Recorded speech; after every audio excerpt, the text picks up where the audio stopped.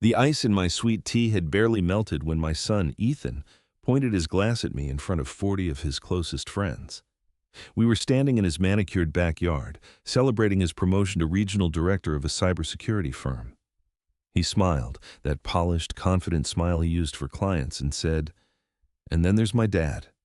The man who still drives a 20-year-old truck and wears the same boots he bought in the 90s. A perfect model of settling for a small life so the rest of us could aim higher." The crowd chuckled. Ethan thought he was being charming. He thought he was contrasting his own massive success with my supposed lack of ambition. What he didn't know was that the very house he was standing in front of, the luxury SUV in his driveway, and the expensive caterers serving his guests were all being quietly paid for by a man he had just called a failure. And standing there on his pristine lawn, listening to the laughter of strangers, I finally decided it was time to let him pay for his own life. Before I tell you my story, please leave a comment and let me know where you're watching from. And if you're new here, welcome to Father's Raw Justice. I didn't argue with him, I didn't raise my voice, and I certainly didn't defend my old Ford pickup. When you reach a certain age, you learn that arguing with someone who is determined to misunderstand you is just a waste of breath. I simply took a sip of my tea and let the laughter fade into the background noise of the party. Ethan was 39. He lived in a sprawling 5-bedroom house in one of the most expensive suburbs in Ohio. His wife, Claire, was a woman who treated social status like a competitive sport. They lived exactly the way people who want to look rich live. They hosted catered barbecues, they wore clothes with visible designer logos, and they constantly talked about how exhausting it was to be so successful. What Ethan never understood was how the math of his own life actually worked. He made a good salary, yes, but a good salary does not cover a mortgage that size, 2 luxury car leases, private preschool, country club dues, and a lifestyle built entirely on keeping up appearances. 4 years ago, when Ethan and Claire were quietly drowning in debt after their first daughter was born, I didn't give them a lecture. I didn't remind Ethan that I had warned him about living beyond his means. I did what I thought a father was supposed to do. I went to my attorney, Linda, and quietly set up a mechanism through the Sullivan Family Trust. The trust was funded by the commercial vehicle maintenance business I had spent 40 years building after my time in the military. Ethan knew I had owned a shop, but he always assumed it barely scraped by, mostly because I never bought flashy things or talked about bank accounts. To him, I was just a retired mechanic. He had no idea the business had expanded to service municipal fleets across 3 counties before I quietly sold it. Every month, for 4 years, the trust had systematically and anonymously paid their mortgage.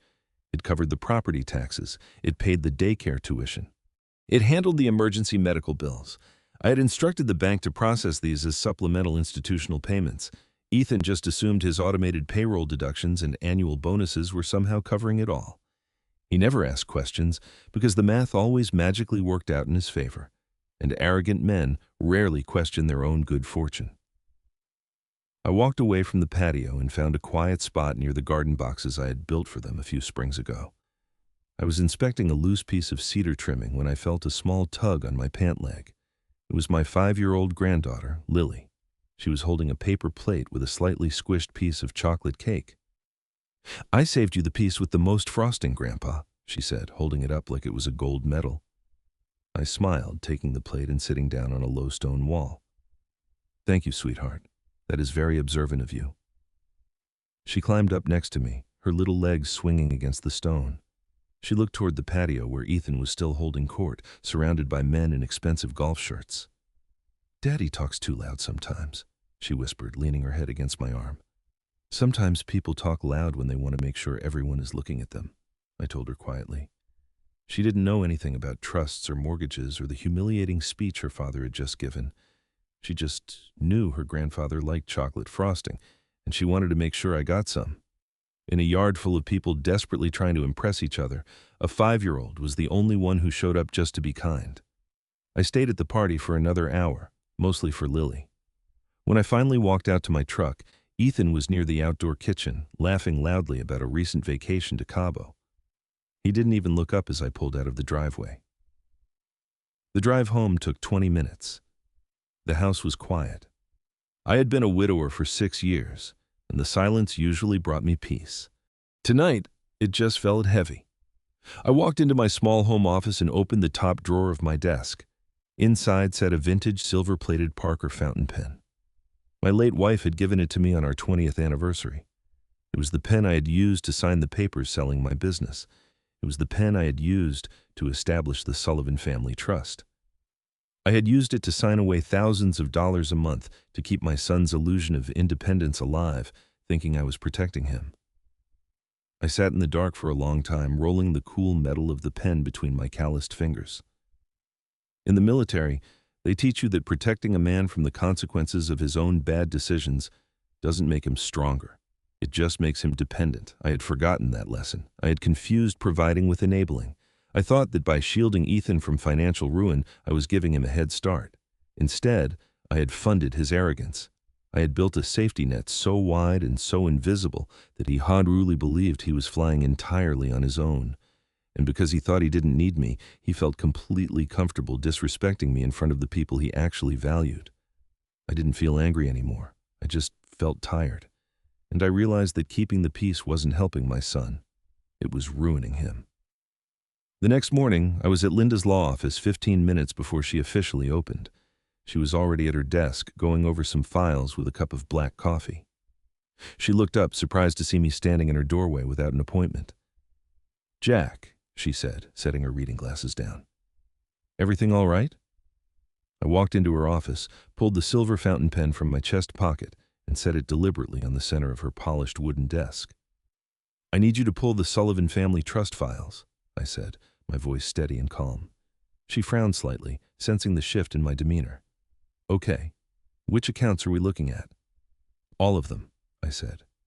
"The mortgage supplement, the property taxes, the tuition payments, the maintenance fund." Linda folded her hands together. She had advised me against this exact arrangement 4 years ago, warning me that invisible money creates invisible gratitude. I should have listened to her then. "What exactly do you want to do, Jack?" she asked quietly. I looked at the pen sitting on her desk, thinking about the speech on the lawn, the laughter of the crowd, and the absolute certainty in my son's voice when he called me a man who settled for less. "Cancel it all," I said. "Stop every single automatic payment effective immediately." I read the last sentence 3 times, not because I didn't understand it, but because I wanted to believe I had misunderstood it. The message was clear. He still owns a ranch, tells the same old stories, and has 0 class compared to our guests. Daniel agreed it was better if I stayed home, adding that once the vineyard paperwork was finished, they wouldn't have to pretend anymore. The room became so quiet, I could hear the old grandfather clock in my hallway ticking. Margaret didn't interrupt. She simply let me absorb every word. Finally, I folded the paper carefully, almost gently, as though being rough with it would somehow make the truth hurt more. I suppose I finally knew what they really thought of me. Margaret looked me straight in the eye and reminded me that the vineyard hadn't been transferred immediately for tax and liability reasons. She had recommended holding it in the family company until after the wedding, meaning legally, the $7.9 million vineyard still belonged to Colin's Legacy Holdings. I looked toward the windows overlooking the hills. I wasn't doing this to destroy my son's life, and I wasn't doing it out of anger. It was about boundaries I should have established years earlier. I told Margaret to notify the venue manager that no authorization had been granted for tomorrow's event. She typed quietly, and when she finished, she looked up and said it was done. I barely slept that night, constantly asking myself when my son had stopped seeing me as his father and started seeing me as an obstacle. At 6:30 the next morning, I was already sitting on my back porch with a cup of black coffee. The morning fog rolled gently over the rows of vines. My phone buzzed. For the first time since our conversation yesterday, I answered. "Dad," Daniel's voice cracked. "They won't let us into the vineyard. The manager says there's a legal problem." I know," I replied. "Did you do this?" he asked, sounding almost childlike. I looked across the vineyard Emily and I had planted nearly 3 decades earlier. "I asked my attorney to delay the transfer," I said. Anger replaced his panic. "So this is revenge?" "No," I told him. "It feels like consequences." He begged, telling me the ceremony was in 20 minutes and that he needed me. Those words almost broke me, reminding me of the little boy who used to climb into my lap. But instead of giving in, I asked quietly, "Do you need me or do you need my vineyard?" He didn't answer, and that silence told me everything I needed to know. An hour later, Margaret called to confirm the venue had been closed. The catering trucks had nowhere to unload, the musicians were packing their equipment, and the florist was asking where to redirect deliveries. Later that afternoon, Daniel finally showed up at the property. He looked completely defeated. He apologized, not just for yesterday, but for everything. He admitted that he knew Melissa didn't want me there, but every time he tried to argue, he gave up, choosing the easy path. I looked at him and asked, "When did you stop standing up for the people who stood up for you?" His eyes filled with tears as he whispered, "I don't know." Rebecca's investigation continued, and one Friday evening she arrived carrying a small flash drive. Michael plugged it into a laptop, and security footage from a private dining room inside an upscale steakhouse in Charlotte appeared on the screen. At first there was no audio, but then the sound began. Melissa lifted a wine glass and stated that she honestly thought I would die that first night. Tyler laughed and replied that he did too. A man's voice, likely the realtor, asked what would happen if I recovered. Melissa shrugged and simply said that I wouldn't. The doctor had mentioned that rehabilitation takes months, and Tyler leaned back, declaring they were making sure that never happens. Silence filled my hospital room. Rebecca folded her arms and confirmed she had already preserved copies. Michael and Emily didn't speak. I stared at the screen, and every excuse vanished. They had chosen greed again and again. Rebecca then reached into her folder and played another recording, this one from the hidden camera inside my own home office. Melissa stood beside my desk thinking she was alone and smiled as she quietly said the sentence that changed everything. "The sooner I die, the sooner they are free." No one in the room moved. Michael closed the laptop, looked at me, and said we had all the proof we would ever need. I slowly raised my trembling hand and signed, "Not yet." I wasn't interested in winning quietly. I wanted the truth to walk into the light. 3 weeks after the accident, I stopped measuring time by dates and began measuring it by victories. I could now walk short distances with a cane. My speech therapist finally allowed me to practice simple words, and the first word I managed was no. Emily laughed and noted that it seemed appropriate. For nearly a month, my entire life had been defined by one quiet decision to say no to surrender and fear. Meanwhile, Michael continued to track their moves. He revealed that Tyler had listed several pieces online, including antique furniture, a grand piano, and my late wife Linda's crystal collection. Items that had never belonged to Melissa were being sold because Tyler saw only dollar signs. Melissa had even met with a funeral home, planning a service with expensive flowers and luxury limousines. I closed my eyes and remembered the promise Linda and I had once made. If either of us died first, there would be music, stories, laughter, and a celebration of life. That evening, Michael unfolded a fresh set of legal papers. We worked through every document, and I answered mostly through sign language and written responses on a tablet. The first document was a new will where Melissa and Tyler remained in it for exactly $1 each. I typed a response explaining that $1 proves I didn't forget them, and Michael smiled, noting this ends the argument if they attempt to challenge the will.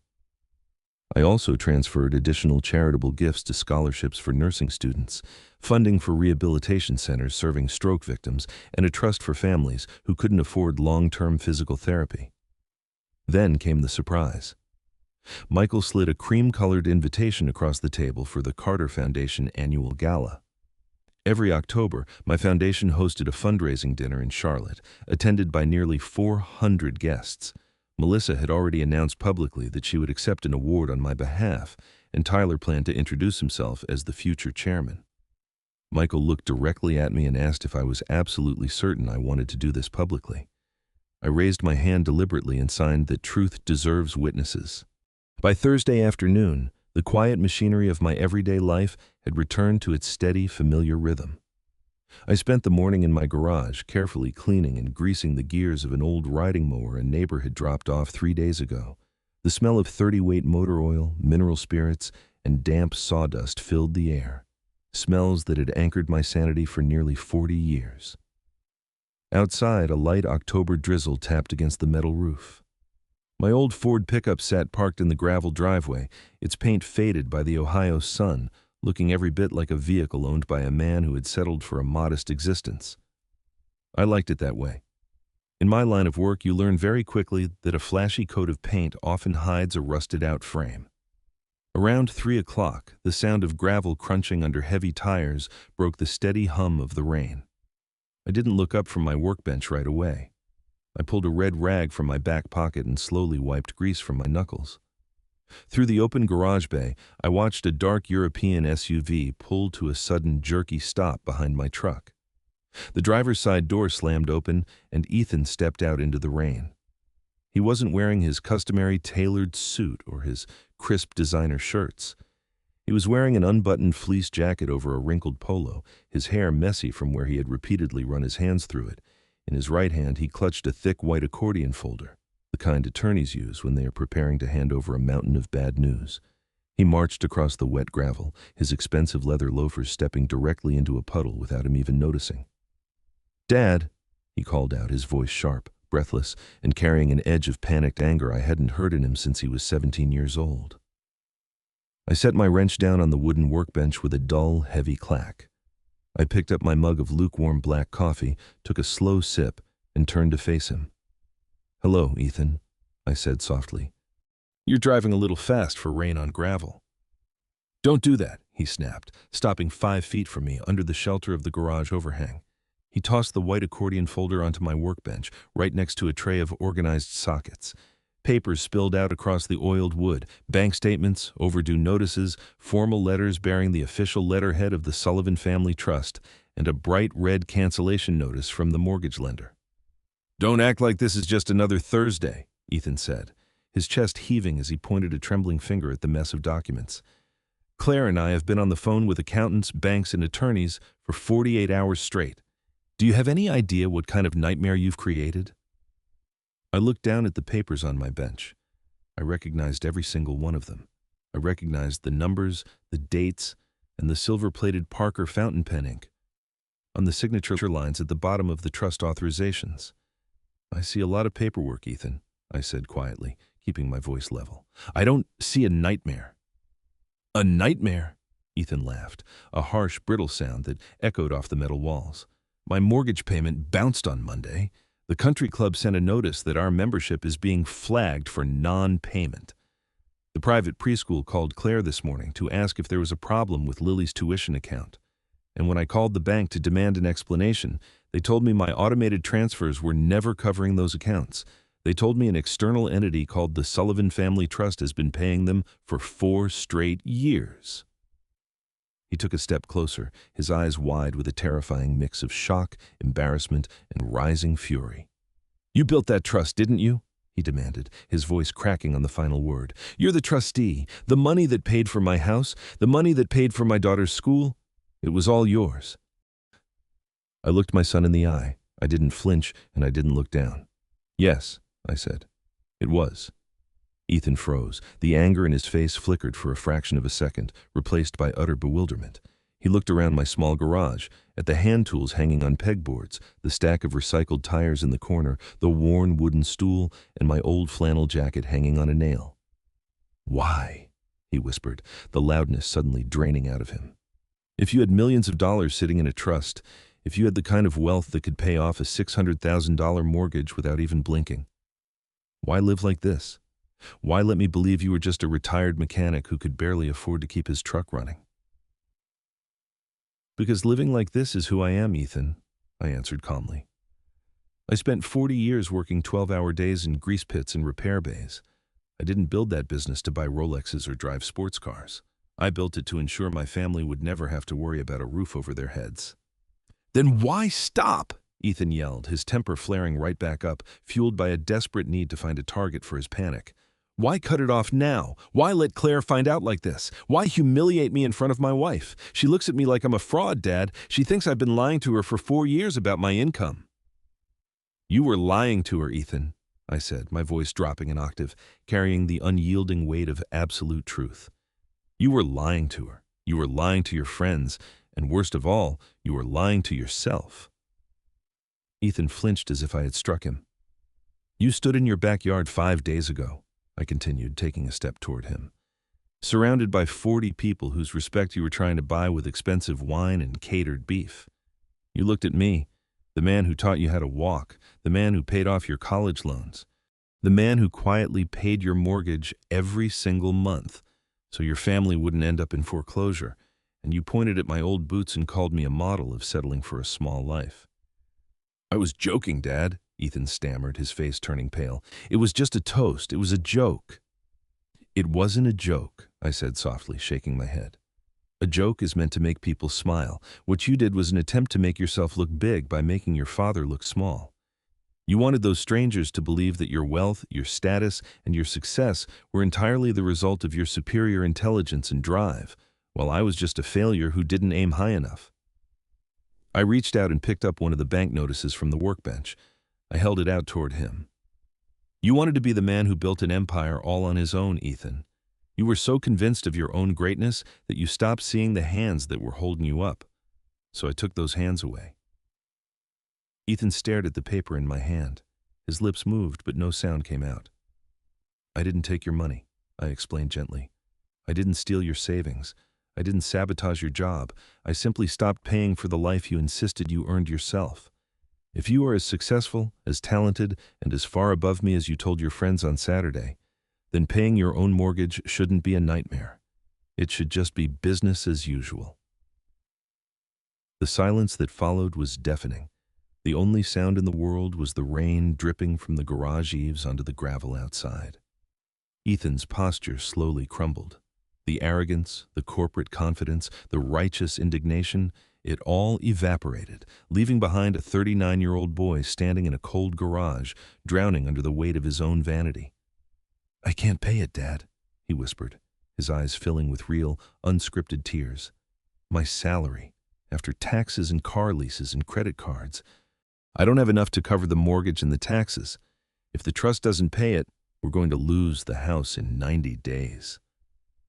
He looked at me with a desperate, pleading expression, the same look he used to give me when he was 10 years old and had broken a neighbor's window with a baseball. Please, he choked out. Just sign the authorization for 1 more year, just until I get through this promotion. I'll make it right. I promise I'll make it right. I looked at my son for a long time. My heart ached for him, as any father's heart would. It would have been so easy to reach into my pocket, pull out Eleanor's silver Parker pen, sign the paper, and restore his comfortable illusion. But I loved him too much to destroy him. No, Ethan, I said softly, but with a finality that hit the room like an iron vault door closing.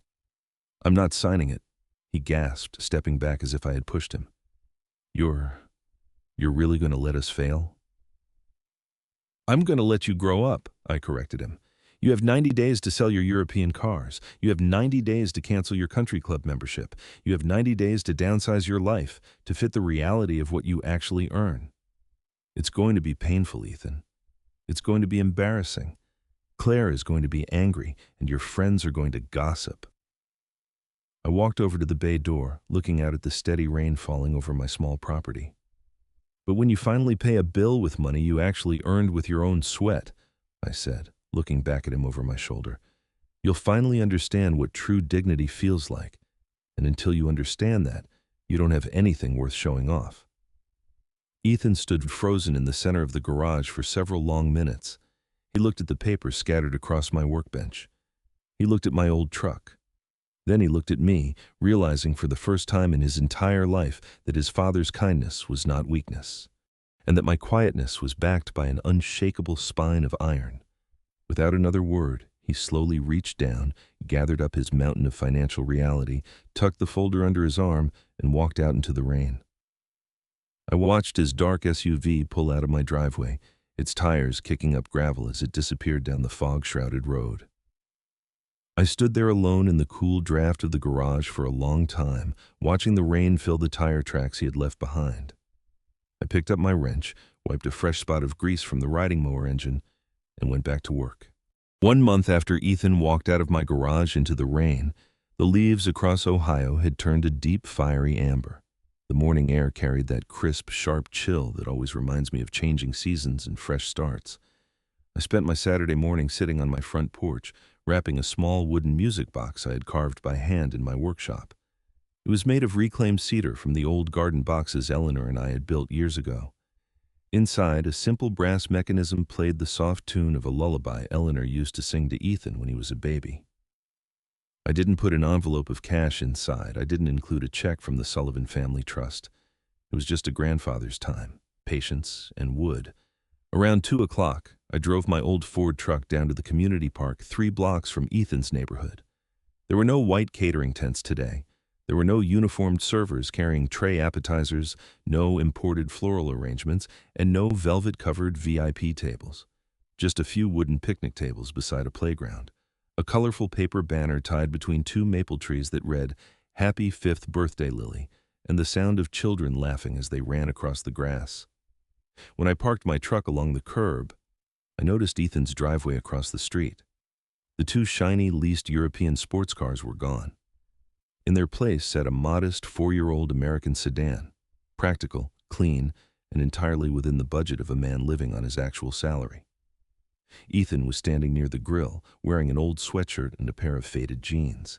He was flipping hamburgers himself, his brow furrowed in concentration as he tried not to burn the buns. Claire was sitting at one of the picnic benches, chatting with 2 mothers from Lily's public preschool. She wasn't wearing designer jewelry or boasting about country club galas.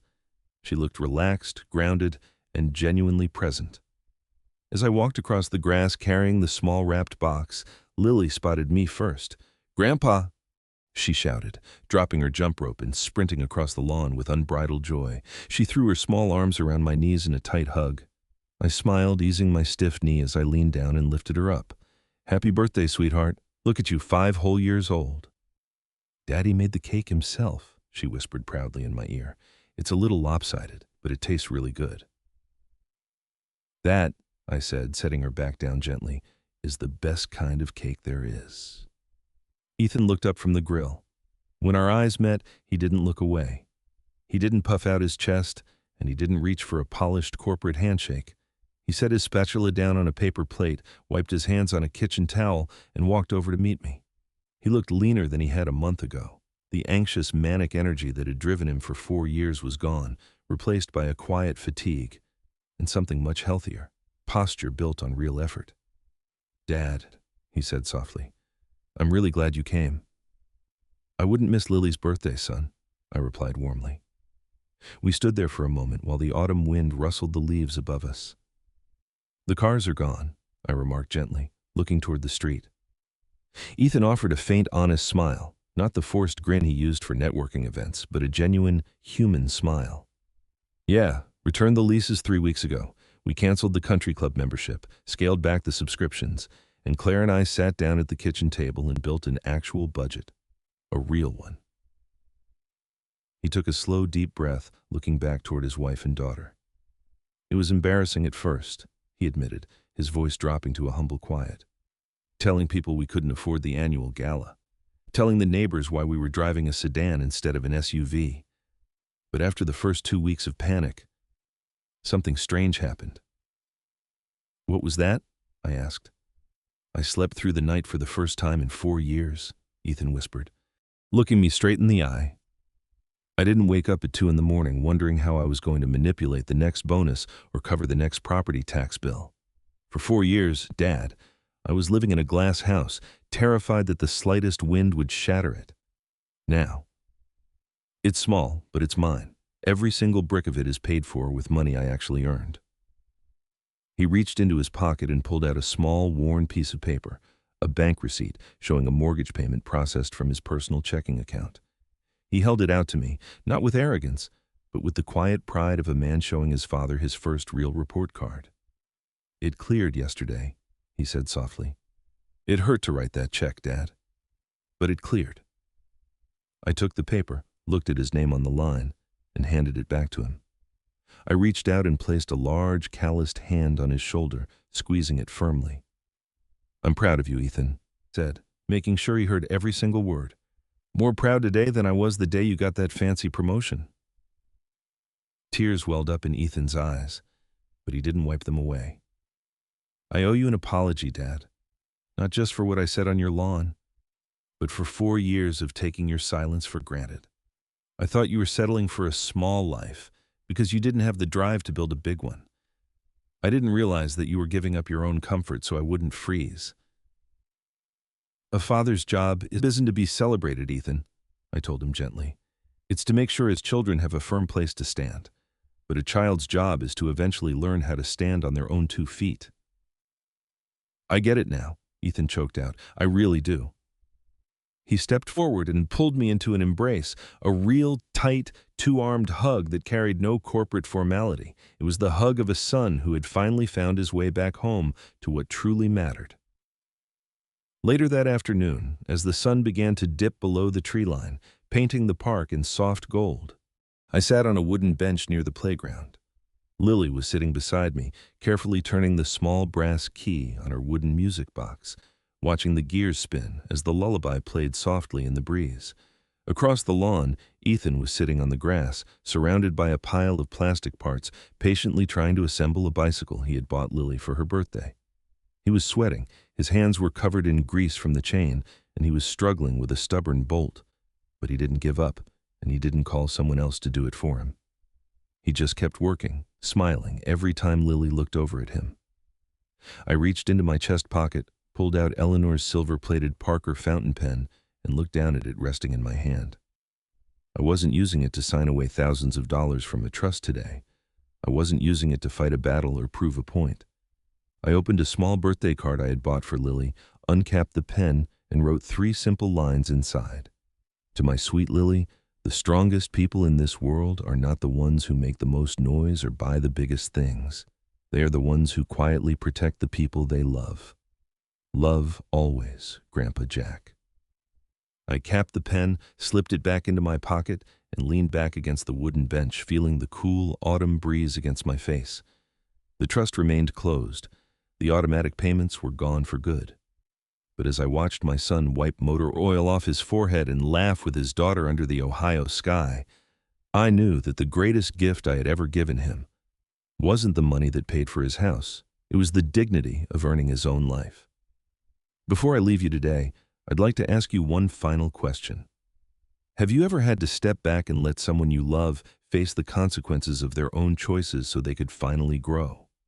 Please leave a comment below and let me know your thoughts. And if this story touched your heart, share it with someone who might need a gentle reminder about what true fatherhood and self-respect really mean. Thank you for spending your time with me today on Father's Raw Justice.